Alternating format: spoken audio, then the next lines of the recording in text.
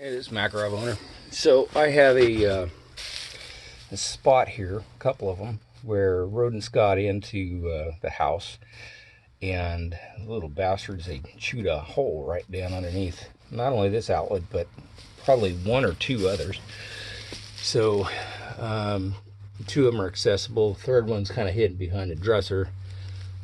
My understanding is the city didn't take care of treating for rodents as they used to, was what I was told by one local pest inspector. He said they used to bait for them down by the drainages and in the storm drains and all that kind of stuff, and they've stopped doing it. We know we've had to call the city, and when the city does their baiting program, it makes a very large impact. So it seems like the rodent problem is gone. It's been under control for quite a while. Occasionally we'll have one, then we'll have to deal with that. If you got one, you got more than one, right? So, but this is related to doing the sheetrock repair. So I just wanted to show how to take care of this sheetrock repair here. So I'm going to be using 5-minute hot mud, shims, a little bit of fiberglass tape, and I've got everything kind of lined out here, some Phillips screws, things like that. So let's see if I can prop this up in such a way that it can be seen for what I'm doing. There we go. I think you can see that. Okay, so all I'm going to do, I'm going to start out by need to plug the hole because it's basically got a pass through. So use my nifty little gun right there. I usually use an 1 5/8 screw. I can normally get a couple of them in it, but in this case, it's kind of a weird spot. I don't normally have to do rodent chew holes. I normally do patches where people have caused damage in whatever way. I have no idea what's in the wall to the left here because it's completely blind. So what I'm going to have to do is just kind of feel my way around. And I can feel there's something back in there. It's probably insulation. This isn't going to be perfect, but you'll see what I'm after here shortly. So basically I can start into the wall about like that.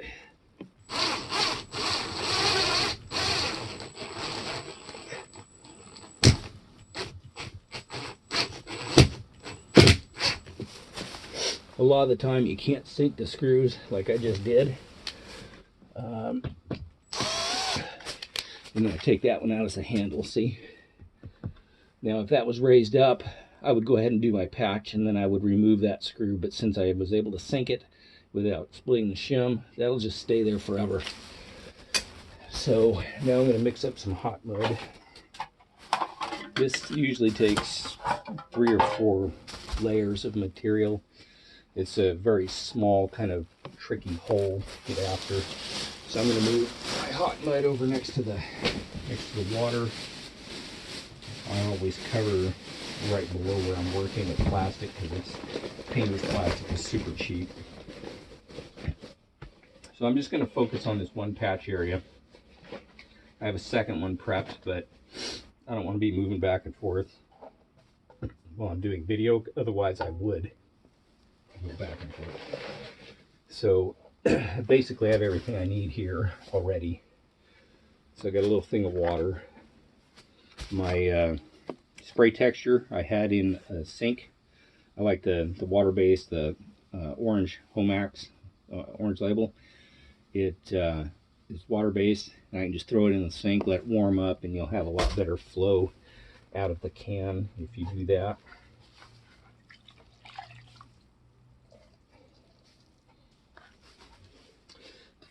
So hopefully you see everything. I just kind of mix up what I know I need because I've done so much of this over the years. Kind of put a little bit in with a sponge, and then if I need to, I can just dip my hand into the water and I just sprinkle a little more.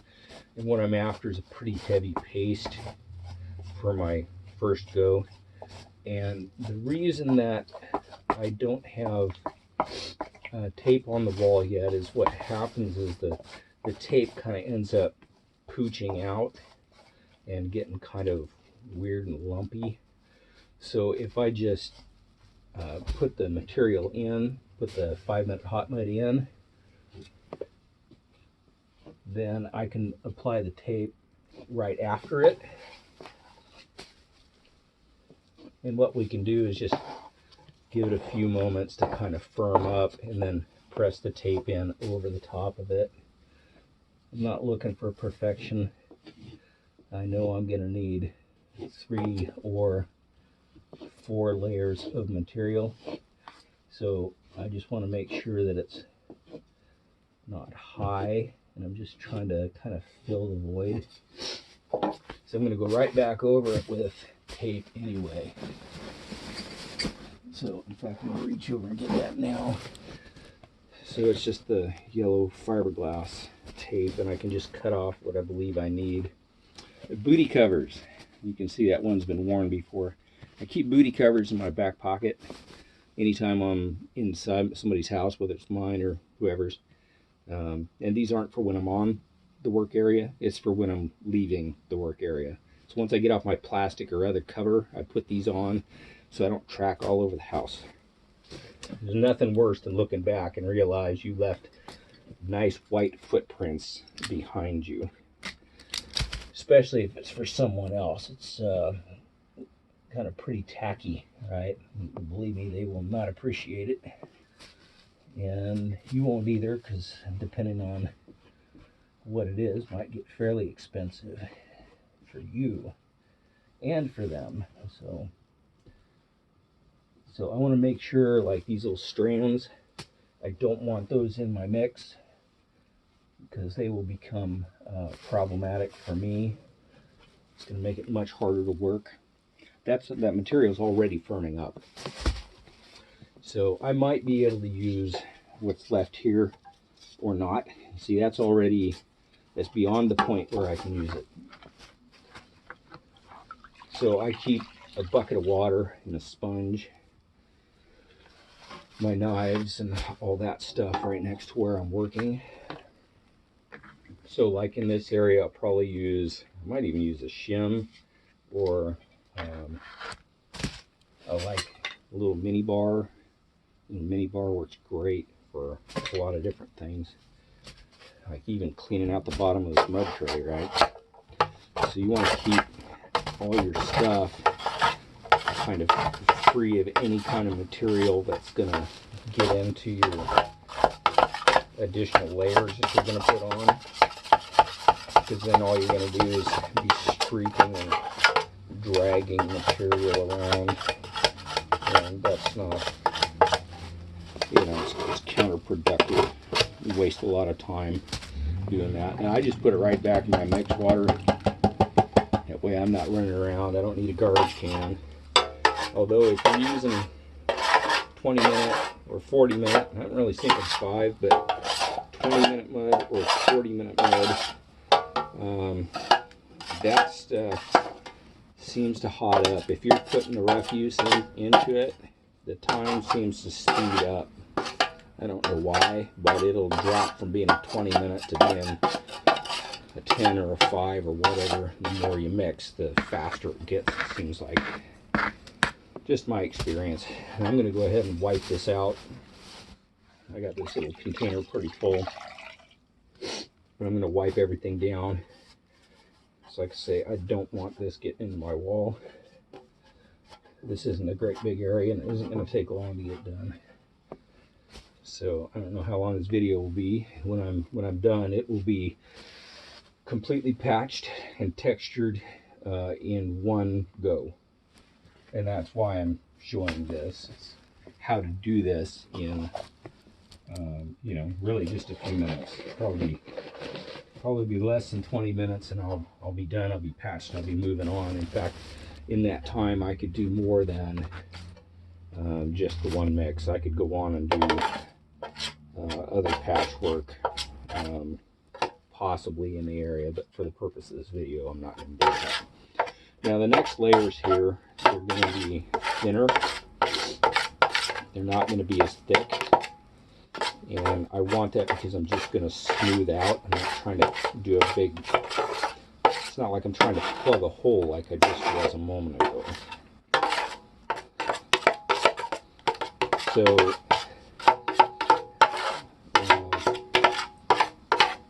on something this size, I wouldn't ever cut out sheetrock and do it. It'd be more fussing than it's worth to me. Okay, and now my I'm going to use a 6-inch knife. These tips I have bent one direction away so they won't leave drag lines. Now they will if I use the wrong side of the knife. So I need to be mindful of which side of the knife I'm using. It doesn't take a lot of material, and so I want to get about like that. And we're just going to put that right on. I don't want to get into the outlet itself, although I'll probably change out this outlet, maybe.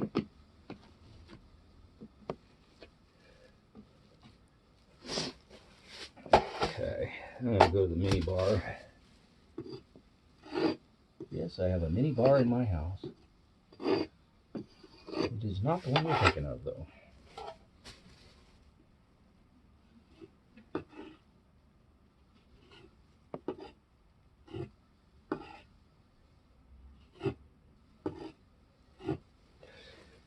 That's pretty good. There's a little bit of tape sticking up.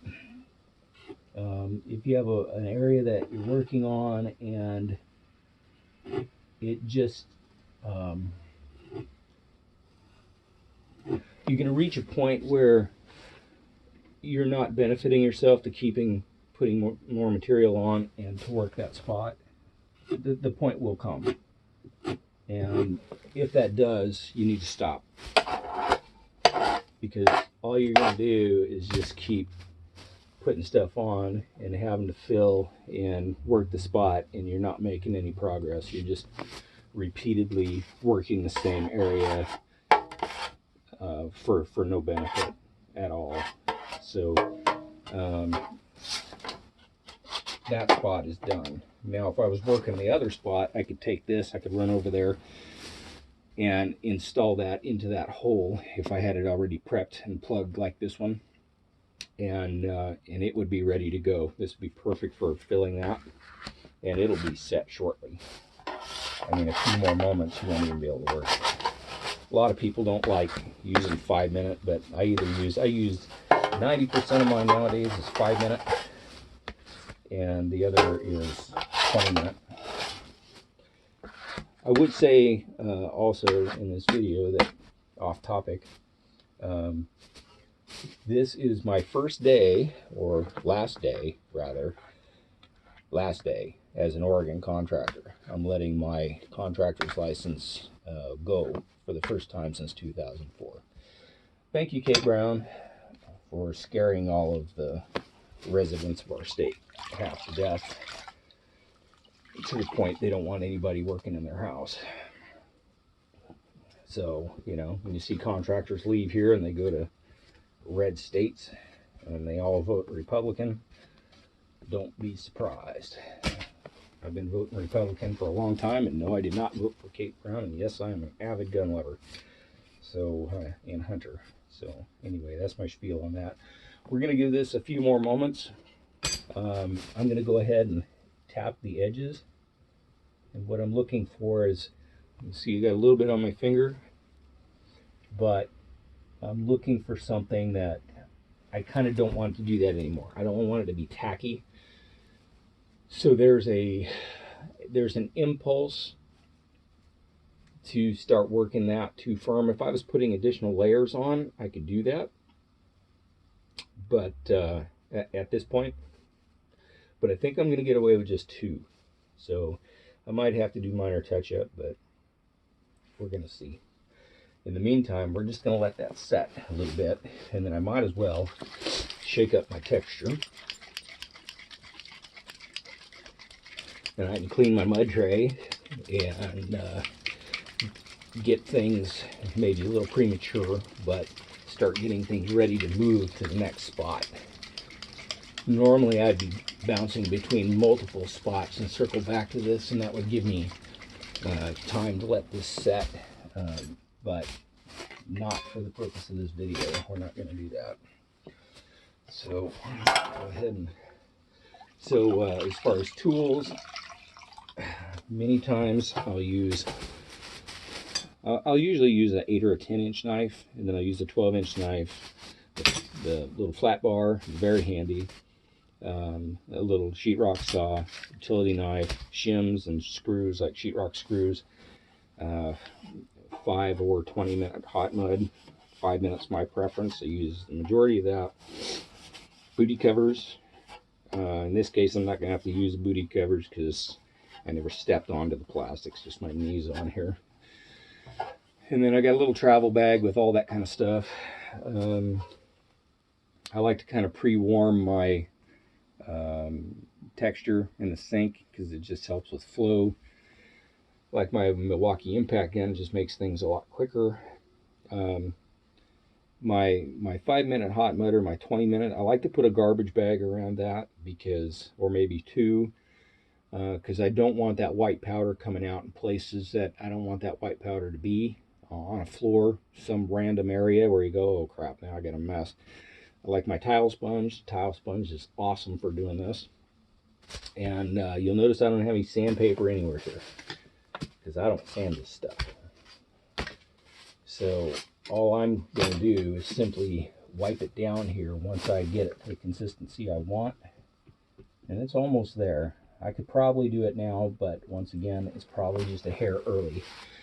So I can pack up the stuff that I know I don't need, like the sheetrock tape. Like I say, mix up my texture, kind of get myself organized to move to the next location. Get these booty covers back in my pocket. I need to do a sample spray on my texture and make sure that it's going to flow like I want it to flow. And then I'll use my 12-inch knife. I'll just put that guy right there. And then I can use some of the smaller knives as well to kind of block so I don't hit the outlet and gum it up inside.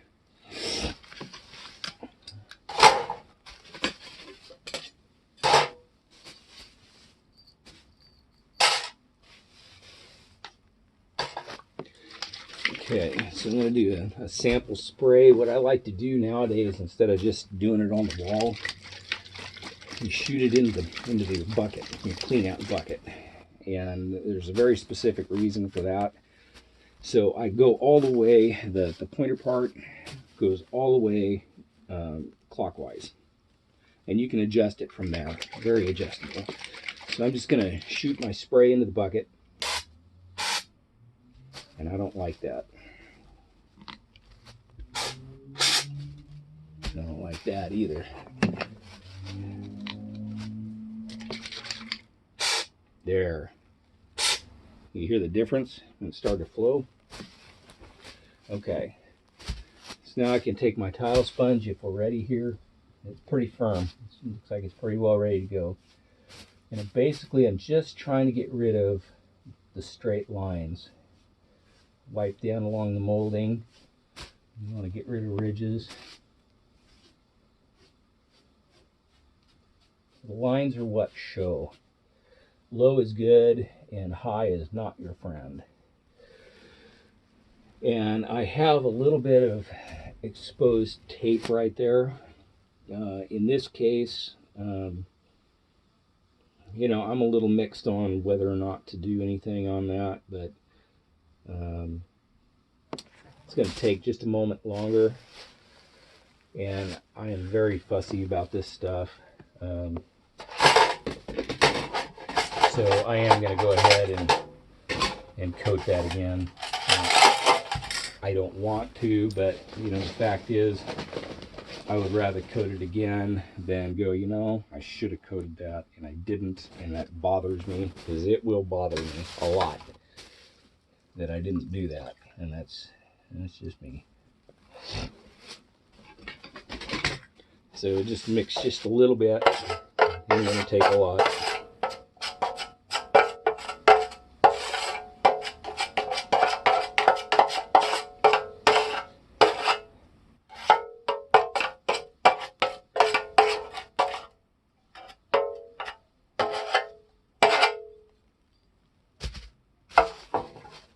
Go with a small knife.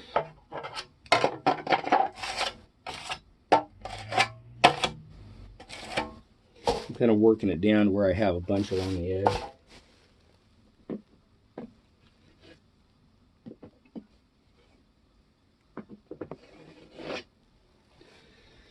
And that actually is pretty doggone good right there. In fact, I'm comfortable enough with it that I'm not going to worry about working it any further. So I'm just going to go ahead and spray it at this point.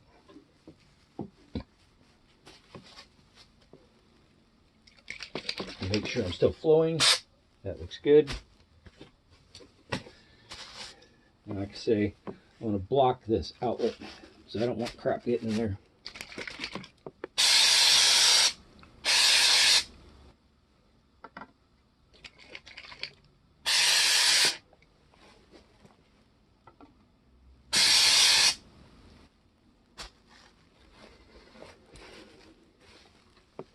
Okay, and now we just have our cleanup, and that spot is done.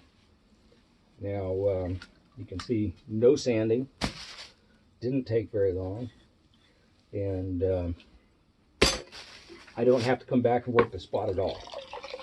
I mean, it's done. All I got to do now is just wait for it to cure.